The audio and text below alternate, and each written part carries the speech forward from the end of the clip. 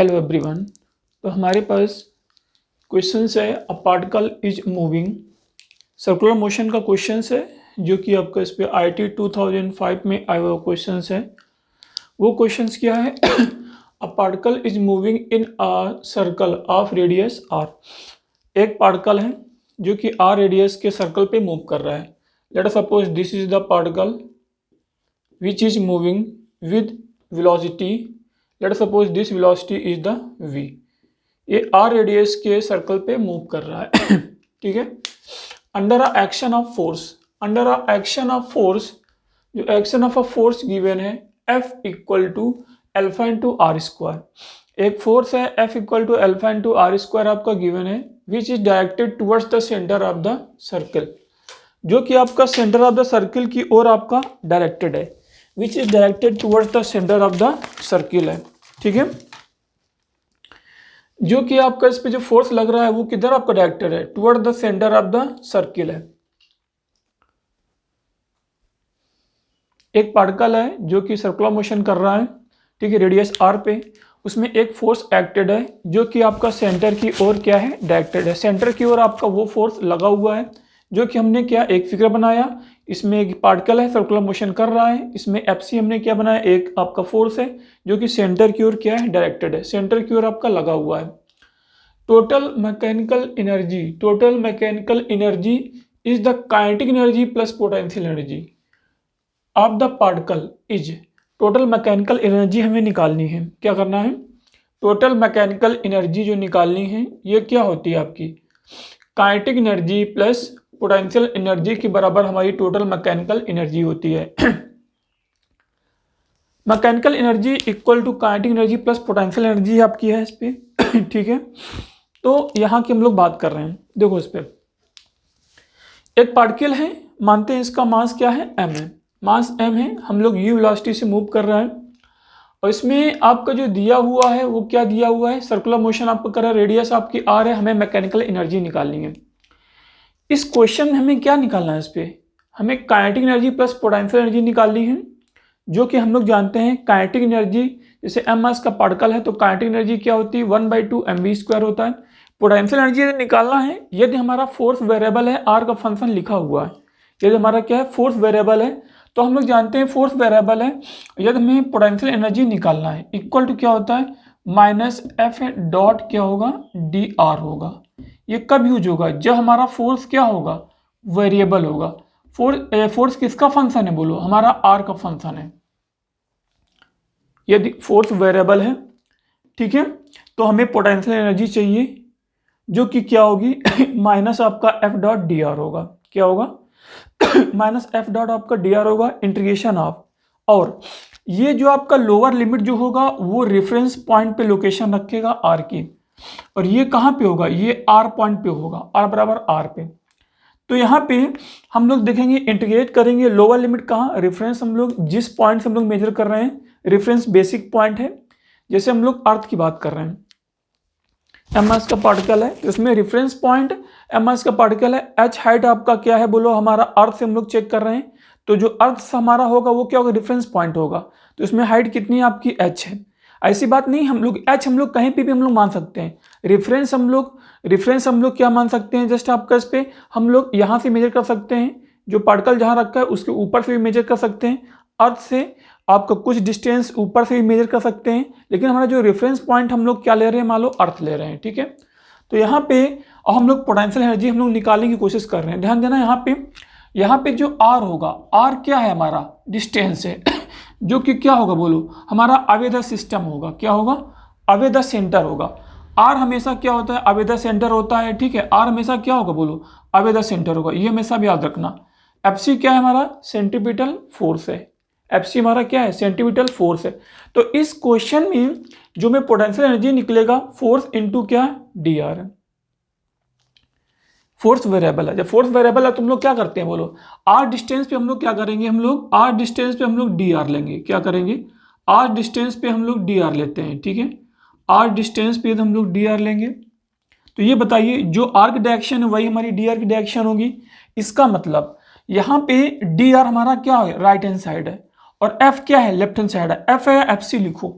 तो यहाँ से बोलेंगे एफ एंड हमारा जो डी आर है वो क्या है, एफ एंड डी आर हमेशा क्या होंगे, एंटी पैरेलल होंगे। तो थीटा कितना होगा बोलो, 180 डिग्री होगा। तो हमें यदि ए डॉट बी के कॉन्सेप्ट के अकॉर्डिंग करेंगे तो mod of A mod of B cos of theta है, थीटा कितना है 180 डिग्री है। तो यहाँ से जो हम लोग सॉल्व करेंगे F dot d of r which will be equal to mod of F into d r vector का modulus into cos of 180, cos 180 equal to -1 होगा। इसका मतलब माइनस एफ आपका डी आर केवल हो जाएगा इन मैग्नीट्यूड फॉर्म में। Okay, तो यहाँ पे इक्वल टू, और हम लोग चेक करें आगे रेफरेंस पॉइंट हम लोग कहाँ पे ले रहे हैं, हम लोग 0 पे ले रहे हैं। कहाँ पे ले रहे हैं, रेफरेंस पॉइंट हम लोग 0 पे ले रहे हैं। इसमें दिया हुआ है जो पोटेंशियल एनर्जी आपका रेफरेंस पॉइंट पे है वो कितना हम लोग 0 ले रहे हैं। तो ये क्या हम लोग 0 से स्टार्ट करेंगे, कहाँ तक जाएंगे, हम लोग R तक जाएंगे। ठीक है, क्योंकि सेंटर पे जो हम लोग R चेक करेंगे वो क्या होगा, 0 होगा। सेंटर पे R क्या होगा, 0 होगा। इंडिकेट करो 0 टू कितना R है। ठीक है, यहाँ पे हम लोग चेक करेंगे, देखो ये माइनस है और यहाँ से एफ डॉट डी आर कितना है, minus of F into d are निकला है, तो ये प्लस होगा। तो यहाँ से क्या होगा, एफ आपका डी आर होगा, ये हमारा क्या होगा, पोटेंशियल एनर्जी होगी। जो पोटेंशियल एनर्जी इक्वल टू कितना है बोलो, एफ इंटू क्या है, हम लोग डी आर को हम लोग काउंट करेंगे जो कि प्लस में होगी। ठीक है, अब एफ देखो, एफ हमारा क्या था, वेरिएबल था, जो कि क्या था, आर का फंक्शन था, ये दिया हुआ है। अल्फा कांस्टेंट है, आर क्या है, वेरिएबल है, तो एफ आर का फंक्शन है। एक काम करें, हम लोग इसको इंडिकेट करने की कोशिश करते हैं।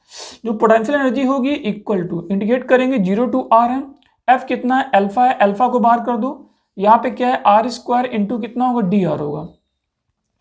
बाकी हम लोग इंटीग्रेशन से चेक करते हैं, integration x to power n into D x equal to x की power n+1 upon n+1 plus c होगा।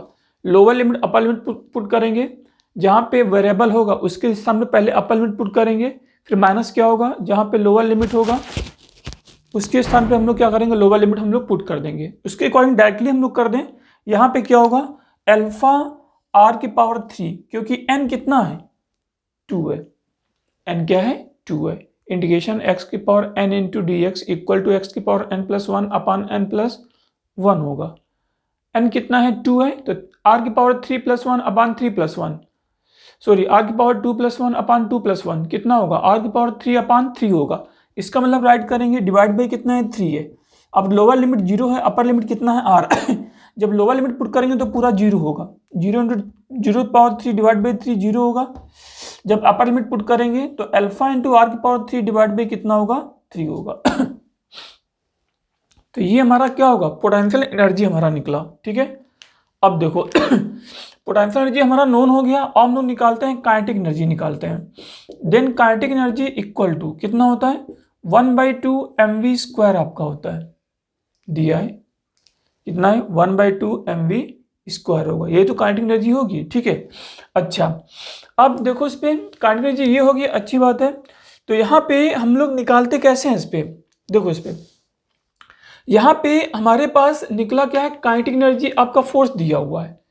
तो इसमें जो फोर्स आपका आएगा वो फोर्स क्या होगा, इक्वल टू mv² बाई कितना होगा, r होगा।